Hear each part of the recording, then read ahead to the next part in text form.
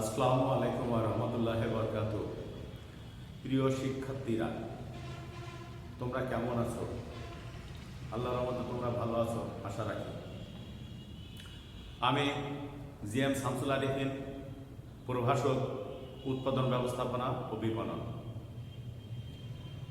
আজকে তোমাদের সাথে উৎপাদন ব্যবস্থাপনা ও বিপণনের প্রথম পত্রের প্রথম অধ্যায় উৎপাদন নিয়ে আলোচনা করব। এই অধ্যায় নিয়ে একটা ক্লাস ইতিমধ্যে হয়ে গেছে। আজকে উৎপাদনের অধ্যায় দ্বিতীয় ক্লাস শুরু হলো। আশা রাখি তোমরা মন দিয়ে ক্লাসটা দেখবে এবং ক্লাস থেকে কিছু শেখার বা জানার চেষ্টা করবে। আজকে যে জিনিসটা নিয়ে শুরু করতে চাচ্ছি সেটা হলো উৎপাদনের বিভিন্ন খাত। একটা সময় ছিল যখন উৎপাদন প্রধান খাত হিসাবে কৃষিকে বিবেচনা করা হতো, কিন্তু সভ্যতার বিবর্তন, সময়ের পরিবর্তন, মানুষের চাহিদা, মানুষের অভিরুচি সব কিছু মিলিয়ে এর বিভিন্ন ধরনের পার্থক্য দেখা যাচ্ছে। সেটা তোমরা খেয়াল করেছো হয়তো। প্রকৃতি থেকে প্রাপ্ত বিভিন্ন সম্পদের আকার আকৃতি পরিবর্তন ও বিনিময়যোগ্য করে নতুন উপযোগ সৃষ্টি করাকে উৎপাদন বলে। বর্তমানে ক্রেতারা তাদের দৃষ্টি আকর্ষণের জন্য এমন সব পণ্য উৎপাদন করা হচ্ছে যেগুলো সম্পর্কে ক্রেতারা চিন্তাও করতে পারে না। সেই দৃষ্টিকোণ থেকে উৎপাদনের যে খাতগুলো আছে সেগুলো নিয়ে সংক্ষেপে আলোচনা করব। প্রথমত কৃষি খাত। বাংলাদেশ, তোমরা জানো বাংলাদেশ কৃষি প্রধান দেশ। এদেশের প্রায় 80% মানুষ কৃষি নির্ভর, প্রত্যক্ষভাবে 60% মানুষ কৃষির সাথে সম্পৃক্ত, আর বাদবাকি 40% মানুষ কৃষির ওপর পরোক্ষভাবে নির্ভরশীল। কারণ 100 জনের মধ্যে 100 জনই কিন্তু ভাত খায় অথবা রুটি খায় অথবা কোনো কিছু খেয়ে জীবন ধারণ করে। এই কোনো কিছু খাওয়া বা খেতে গেলে যে জিনিসটা দরকার, হয় ভাত না রুটি না অন্য কোনো কিছু, সেই জিনিসটা কিন্তু ওই ভূমি থেকে উৎপাদন করে তার প্রসেসের বিভিন্ন প্রসেসের মাধ্যমে সেটা আমাদের সামনে চলে আসে। ভাতের কথা বলো, চাল মানে ধান থেকে চাল, চাল থেকে ভাত। রুটির কথা বলো, গম থেকে আটা, আটা থেকে রুটি, অথবা অন্যান্য ফাস্টফুড বা অন্য কোনো খাদ্যের কথা বলো, সেই খাদ্যগুলো কিন্তু ওই কৃষি থেকে উৎপন্ন হয়ে বিভিন্ন প্রসেসের মাধ্যমে কিন্তু আমাদের হাতে এসে পৌঁছায়। তাই এক্ষেত্রে বলা যেতে পারে বাংলাদেশ 100% মানুষ কৃষির সাথে সম্পৃক্ত, কেউ প্রত্যক্ষভাবে কেউ পরোক্ষভাবে। মানুষের খাবার তৈরি এবং শিল্প ব্যবহারের জন্য অধিকাংশ কাঁচামাল কিন্তু কৃষি খাত থেকে আসে এবং সংগ্রহ করতে হয়। যেমন দেখো, তুমি একটু আগে তোমাদেরকে বলেছি, বইতেও সেটা আছে লেখা, রুটি তৈরিতে আটা ব্যবহার করা হয় যা কৃষিজাত পণ্য গম থেকে সংগৃহীত। আবার ভাত তৈরিতে চালের প্রয়োজন হয় যা ধান থেকে প্রক্রিয়াজাত করা হয়। তাছাড়া ডাল, ভুট্টা, শাকসবজি, তেল, আখ, চা, পাট, তুলা ইত্যাদি কৃষিজাত পণ্য হিসেবে বিবেচিত। অন্যদিকে বিশেষ বিবেচনায় মৎস্য চাষ, একটা জিনিস আমরা অনেকে জানি না, এই মৎস্য চাষ বা পশুপালন মানে মুরগি খামার, হাঁসের খামার, গরুর খামার, এগুলো কিন্তু কৃষি খাতের মধ্যে অন্তর্ভুক্ত। এবং সংক্ষিপ্ত প্রশ্নে কিন্তু এর বিষয়টা আসতে পারে বা আসেও, যে পশুপালন বা মৎস্য চাষ কিসের মধ্যে অন্তর্ভুক্ত। কৃষিখাত, শিল্পখাত, সেবা খাত, বিভিন্ন খাতের আসবে। সেক্ষেত্রে অবশ্যই তোমরা কিন্তু কৃষিখাতকে চিহ্নিত করবা, কৃষিখাতকে তোমরা নির্বাচন করে সেটা পূরণ করবা। দেশজ কৃষি উৎপাদন বাড়ানোর বিষয়টি বিবেচনায় নিয়ে কৃষকদের সহায়তা দেওয়ার জন্য সার ও অন্যান্য কৃষি কার্যক্রমে ভর্তুকি বাবদ 2018-19 অর্থ বছরে বাজেটে 900 কোটি টাকা বরাদ্দ রাখা হয়েছে। 900 কোটি টাকা, অল্প টাকা কিন্তু না, অনেক টাকা। এই টাকা ভর্তুকি রাখা হয়েছে কারণ সরকার জানেন, আমাদের প্রধানমন্ত্রী শেখ হাসিনা জানেন এবং অর্থমন্ত্রী জানেন যে বাংলাদেশ কৃষি নির্ভরশীল দেশ। এই কৃষি নির্ভরশীল দেশে কৃষিখাতকে উন্নত করতে না পারলে কোনো খাতে উন্নয়ন করা সম্ভব নয়। এই জন্য তারা ওনাদের এই সিদ্ধান্ত। বিশ্বের অন্যান্য দেশের মতো বাংলাদেশের কৃষিজাত পণ্যের ওপর নির্ভরশীল, তাই কৃষিজাত পণ্য উৎপাদনের নতুন ধারা যুক্ত হয়েছে। প্রযুক্তির কল্যাণে কৃষিখাত উৎপাদনের অপার সম্ভাবনা সৃষ্টি হয়েছে। মোটামুটি এটা গেল একটা খাত, মানে কৃষিখাত, যেটা সবচেয়ে বড় খাত হিসেবে পরিগণিত বাংলাদেশের প্রেক্ষাপটে। তারপর যে খাতটা আছে সেটা হল শিল্প খাত।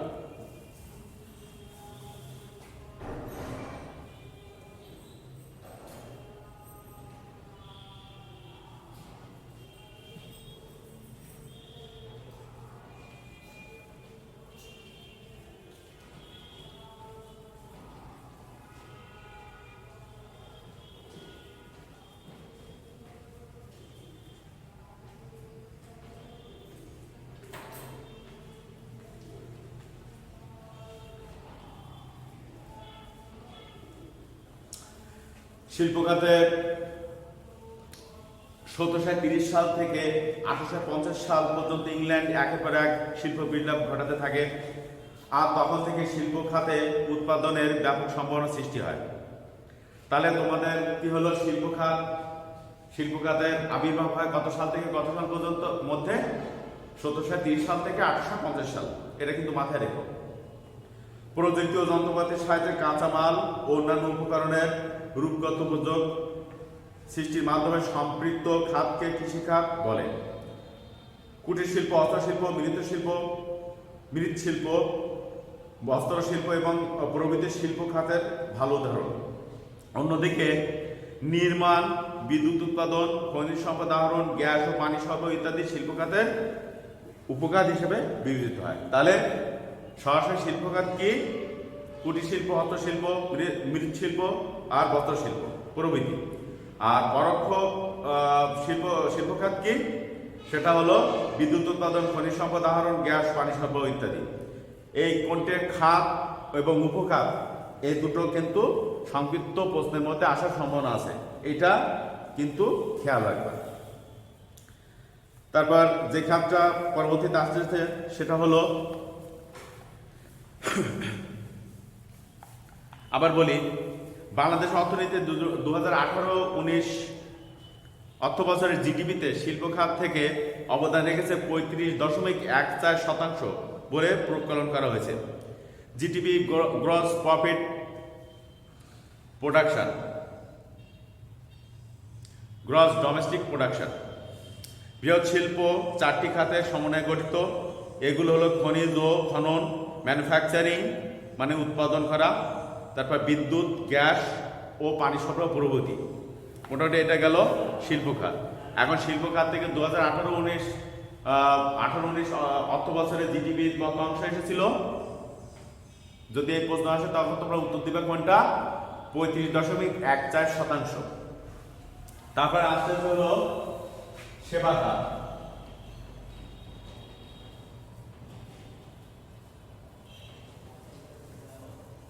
সেবা খাত কি? বর্তমানে সেবা খাতে নাটকীয় পরিবর্তন ঘটেছে। কি ধরনের পরিবর্তন? নাটকীয় পরিবর্তন ঘটেছে। মানুষ তাদের মৌলিক চাহিদা পূরণ করা ছাড়াও একটু আরামদায়ক, স্বাচ্ছন্দ্যময় জীবন প্রত্যাশা করে। সেক্ষেত্রে সেবা সরবরাহের সব স্তরে যুক্ত হয়েছে আধুনিকতার ছোঁয়া। যেমন মেয়েদের পাশাপাশি আমাদের দেশে বর্তমানে পুরুষদের জন্য জেন্টস পার্লার। এ যাবৎকাল মেয়েদের জন্য জানতাম বিউটি পার্লার আছে, কিন্তু এখন ছেলেদের জন্য জেন্টস পার্লার তৈরি হয়েছে, যেখানে গিয়ে ছেলেদের রূপচর্চা, তারপর বিভিন্ন ধরনের চর্চা করা হয়। একটু বিনোদনের জন্য বিভিন্ন পার্ক ছাড়াও তৈরি হয়েছে ফ্যান্টাসি কিংডম, নন্দন পার্ক। ঢাকা উত্তরে ফ্যান্টাসি কিংডম, নন্দন পার্ক এবং ড্রিম হলিডে পার্ক। আন্তর্জাতিক মানের শিক্ষা প্রতিষ্ঠান ছাড়াও তৈরি হয়েছে উন্নত সেবা সম্পন্ন ব্যয়বহুল হাসপাতাল, বর্তমানে বাংলাদেশেই বিশ্বমানের চিকিৎসা সেবা দেওয়া হচ্ছে। এর একটা উদাহরণ বলি, স্কয়ার হসপিটাল, ইউনাইটেড হসপিটাল। প্রতিনিয়ত বিভিন্ন স্তরে সেবার মাত্রা বেড়েছে, এর ফলে সেবা উৎপাদনে নতুন মাত্রা যুক্ত হয়েছে। তথ্য প্রযুক্তির উন্নয়ন সেবা খাতে অন্যতম উৎকৃষ্ট উদাহরণ। এটা হলো সেবা খাত। তাহলে আমরা বলতে পারি যে প্রতিনিয়ত উৎপাদনের নতুন নতুন মাত্রা তৈরি হচ্ছে, এই কারণে বর্তমানে বিশ্বব্যাপী এর আওতা বা পরিধি দিন দিন ব্যাপক হারে ছড়িয়ে পড়ছে। মোটামুটি এই হলো উৎপাদনের খাতসমূহ। এই খাতগুলো সম্পর্কে তোমাদের কোনো প্রশ্ন থাকলে সেই প্রশ্নগুলো তোমরা লিখিত আকারে মেসেজে পাঠাতে পারো। এবার যে বিষয়টা নিয়ে আলোচনা করব সেটা হলো উৎপাদনের আওতা বা পরিধি। উৎপাদনের আওতা বা পরিধি। উৎপাদনে আওতা বা পরিধি।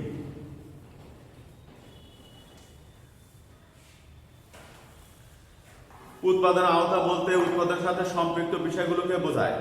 মানব সভ্যতার উন্নয়নের সাথে সাথে পণ্য উৎপাদনের বৈচিত্র্য লক্ষ্য করা যাচ্ছে। উল্লেখ্য যে অর্থনৈতিক কার্যক্রম মূলত উৎপাদন নির্ভরশীল। নিচে উৎপাদন আওতাভুক্ত বিষয়গুলো আলোচনা করা হলো। যেমন উপযোগ সৃষ্টি। মানুষ কোনো কিছু সৃষ্টি করতে পারে না, ধ্বংস করতে পারে না, নষ্ট করতে পারে না, শুধু উপযোগ সৃষ্টি করতে পারে। তাই বলেছে উপযোগ সৃষ্টির আওতার মধ্যে অন্তর্ভুক্ত। অভাব পূরণের ক্ষমতাকে উপযোগ বলা হয়। উৎপাদনের মাধ্যমে পণ্য বা সেবার উপযোগ সৃষ্টি হয়, কারণ পণ্যের উপযোগিতা আছে বলে মানুষ পণ্য কেনে। মানুষ বিভিন্ন ধরনের উপযোগ সৃষ্টি করতে পারে, যেমন রূপগত উপযোগ, স্থানগত উপযোগ, সময়গত উপযোগ, সত্যগত উপযোগ প্রভৃতি। এই উপযোগ সম্পর্কে তোমরা গত ক্লাসে অবগত আছো আশা রাখি। তারপর আছে উপকরণ সংগ্রহ, কালেকশন অফ ম্যাটেরিয়ালস। উৎপাদনের প্রধান 4টি উপকরণ কি কি জানো? এটা তো জানা উচিত, জানা অবশ্যম্ভাবী দরকার বা প্রয়োজন। সেটা হলো ভূমি, শ্রম, মূলধন ও সংগঠন। তাহলে উৎপাদন উপকরণ, এটা কিন্তু সংক্ষিপ্ত প্রশ্নে আসবে এবং এসেছে বিগত দিনেও। উৎপাদন উপকরণ কয়টি বা উৎপাদন উপকরণ কি কি? ভূমি, শ্রম, মূলধন ও সংগঠন। ভূমি, শ্রম, মূলধন ও সংগঠন।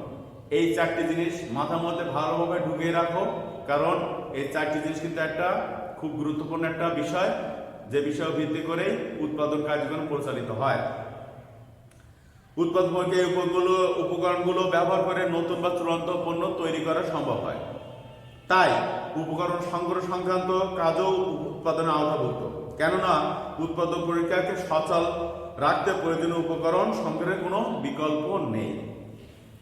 তাহলে এইবার তৃতীয় হচ্ছে রূপান্তর প্রক্রিয়া।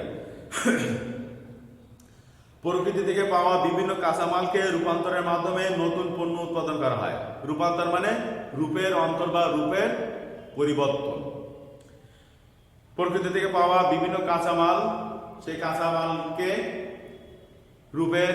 রূপগত পরিবর্তন আনার মাধ্যমে পণ্য উৎপাদন করা হয়। যেমন গম থেকে আটা, আটা থেকে রুটি, খনি থেকে তেল, স্বর্ণ রূপা উত্তোলন, বন থেকে কাঠ সংগ্রহ, তা থেকে আসবাবপত্র প্রয়োজনীয় জিনিস তৈরি।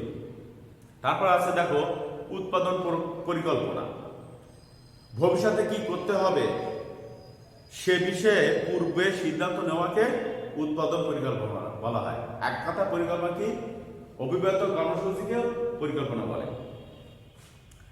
কোন পণ্য কাদের জন্য কত পরিমাণ, কখন এবং কোথায় উৎপাদন করা হবে তা নির্ধারণ করাকে উৎপাদন পরিকল্পনা বলে। পণ্য উৎপাদনের আগে এর পরিকল্পনা করা আবশ্যক, কেননা উৎপাদন পরিকল্পনা ছাড়া কোনোভাবে ক্রেতাদের চাহিদা অনুযায়ী পণ্য উৎপাদন করা সম্ভব নয়। তাহলে উৎপাদন পরিকল্পনা বলতে বুঝেছো কি? যে ভবিষ্যতে কি করতে হয় সে সম্পর্কে একটা ধারণা করা, না হলে উৎপাদন পরিকল্পনা সম্ভব করা মানে পরিপূর্ণ করা সম্ভব হয় না। তারপর আছে দেখো পণ্যের নকশায়ন মানে পণ্যের নকশা তৈরি করা। প্রোডাক্ট ডিজাইন, পণ্য পরিকল্পনার একটি অংশ হলো পণ্য নকশায়ন। পণ্যের আকার আকৃতি, ওজন, রং, মোড়ক, গুণাগুণ প্রভৃতি কেমন হবে তা নির্ধারণ করাকে পণ্যের নকশায়ন বলে। উল্লেখ্য যে পণ্য উৎপাদনের আগে পণ্যের নকশা করা হয়, এটিও উৎপাদন আওতাভুক্ত। তারপর আছে মান নিয়ন্ত্রণ। মান হলো কোনো পণ্যের নির্দিষ্ট গুণগত বৈশিষ্ট্য যা ক্রেতাদের ওই পণ্য কিনতে আকৃষ্ট করে। অন্যদিকে মান নিয়ন্ত্রণ বলতে ক্রেতা বা ভোক্তাদের প্রত্যাশা অনুযায়ী বৈশিষ্ট্য বা গুণগত মান ও যা ক্রেতাদের ওই পণ্য কিনতে আকৃষ্ট করে। অন্যদিকে মান নিয়ন্ত্রণ বলতে ক্রেতা প্রত্যাশী পণ্য উৎপাদন হচ্ছে কিনা তা পর্যবেক্ষণ করা এবং কোনো বিচ্যুতি দেখা দিলে তা সংশোধন ব্যবস্থা করাকে বোঝায়। তার মানে এটা হলো মান নিয়ন্ত্রণ। এক কথায় যে ক্রেতা বা ভোক্তার প্রত্যাশিত পণ্য উৎপাদিত হচ্ছে কিনা এবং উৎপাদিত পণ্যর কোনো বিচ্যুতি বা থাকলে সে বিচ্যুতি সংশোধন হচ্ছে কিনা এটা দেখাকে মান নিয়ন্ত্রণ বলে। তারপর আছে দেখো উৎপাদন নিয়ন্ত্রণ, গবেষণা উন্নয়ন। গবেষণা উন্নয়নটা একটু বলি। গবেষণা উন্নয়ন কি? গবেষণার মাধ্যমে উন্নয়ন সাধন। ইন্টারনেট ও স্যাটেলাইটের যুগে পণ্য উৎপাদন গবেষণা অপরিহার্য বিষয়। গবেষণার মাধ্যমে নতুন নতুন পণ্য সম্পর্কে ধারণা লাভ করা যায়, তাই বলা যায় গবেষণা উন্নয়ন উৎপাদনে আওতাভুক্ত বিষয়। গবেষণা কি? দেখো আগে কম্পিউটার, আগে টেলিফোন ছিল, টেলিফোন বাড়িতে বাড়িতে ছিল। এখন টেলিফোনকে কিভাবে প্রত্যেক মানুষের সহজভাবে ব্যবহার উপযোগী করে তোলা যায় সেজন্য গবেষণা বা গবেষণা শুরু হয়। সেই গবেষণার ফল কিন্তু এখন মোবাইল, যে মোবাইলের মাধ্যমে আমরা অনলাইনে ক্লাস দিচ্ছি এবং অনলাইনে ক্লাস তোমরা দেখতে পাচ্ছ। এটা হলো গবেষণা উন্নয়ন। এক কথায় সরাসরি আড়াআড়ি এটাই বোঝাতে চাইছে। তারপর হলো প্রশিক্ষণ। সাধারণ ভাষায় কর্মীদের জ্ঞান বাড়ানোর জন্য হাতে কলমে শিক্ষাদান করাকে প্রশিক্ষণ বলে। তাহলে কর্মীদের দক্ষতা বৃদ্ধি এবং জ্ঞান বাড়ানোর জন্য যে শিক্ষাদান কর্মসূচি গ্রহণ করা হয় তাকে প্রশিক্ষণ বলে। কর্মীদের দক্ষ করে তুলতে প্রশিক্ষণের বিকল্প কিছুই নেই। প্রশিক্ষণের মাধ্যমে কর্মীরা উৎপাদনের বিভিন্ন কৌশল সম্পর্কে জানতে পারে, এতে কর্মীদের উৎপাদনশীলতা বাড়ে। একজন দক্ষ কর্মী যে কোনো প্রতিষ্ঠানের জন্য সম্পদ, কেননা দক্ষ কর্মী নিয়েও পণ্য উৎপাদন করলে ব্যয় অপচয় কমে, পাশাপাশি পণ্যের মান বাড়ে। তাই বলা যায় উৎপাদনের আওতা বা পরিধি ব্যাপক। উৎপাদন বলতে কেবল রূপান্তর কার্যক্রমকে বোঝানো হলেও এর সাথে সম্পর্কিত বিভিন্ন বিষয়গুলো উৎপাদনের অন্তর্ভুক্ত। সেই বিষয়গুলো নিয়ে তোমাদের সাথে আলোচনা করা ইতিমধ্যে শেষ। তাহলে মোটামুটি আজকে এই পর্যন্তই। আগামী দিনে উৎপাদনের অধ্যায়ের দ্বিতীয় সেক্টর নিয়ে তৃতীয় যে ক্লাস, সেই ক্লাসে আমরা আলোচনা করব ইনশাল্লাহ। ততদিন তোমরা সুস্থ থাকো, ভালো থাকো। আর করোনার সময় নিজেকে করোনা থেকে বিরত রাখার জন্য সামাজিক দূরত্ব বজায় রাখো এবং পরিবার সদস্যকে সে সম্পর্কে সচেতন করো। সবাই ভালো থাকো। আল্লাহ হাফেজ। আসসালামু আলাইকুম ওয়া রাহমাতুল্লাহি ওয়া বারাকাতুহু।